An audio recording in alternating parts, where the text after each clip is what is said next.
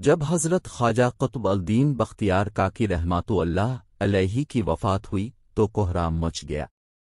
جنازہ تیار ہوا، ایک بڑے میدان میں لایا گیا۔ بے پناہ لوگ نماز جنازہ پڑھنے کے لیے آئے ہوئے تھے۔ انسانوں کا ایک سمندر تھا جو حد نگاہ تک نظر آتا تھا۔ جب نماز جنازہ پڑھنے کا وقت آیا، ایک آدمی آگے بڑھا اور کہنے لگا کہ میں خواجہ قطب الدین بختیار کاکی رحمۃ اللہ علیہ کا وکیل ہوں۔ حضرت نے ایک وصیت کی تھی، میں اس مجمع تک وہ وصیت پہنچانا چاہتا ہوں۔ مجمع پر سناٹا چھا گیا۔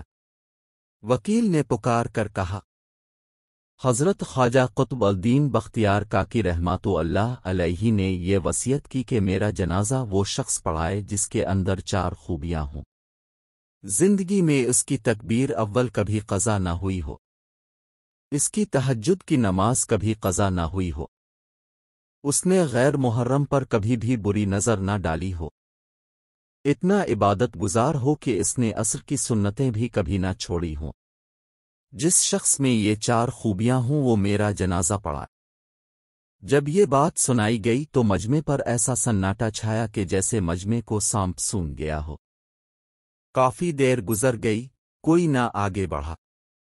آخر کار ایک شخص روتے ہوئے حضرت خواجہ قطب الدین بختیار کاکی رحمۃ اللہ علیہ کے جنازے کے قریب آئے۔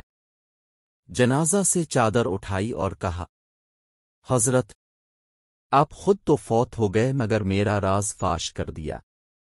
اس کے بعد بھرے مجمع کے سامنے قسم اٹھائی کہ میرے اندر یہ 4 خوبیاں موجود ہیں۔ یہ شخص وقت کا بادشاہ شمس الدین التمش تھے۔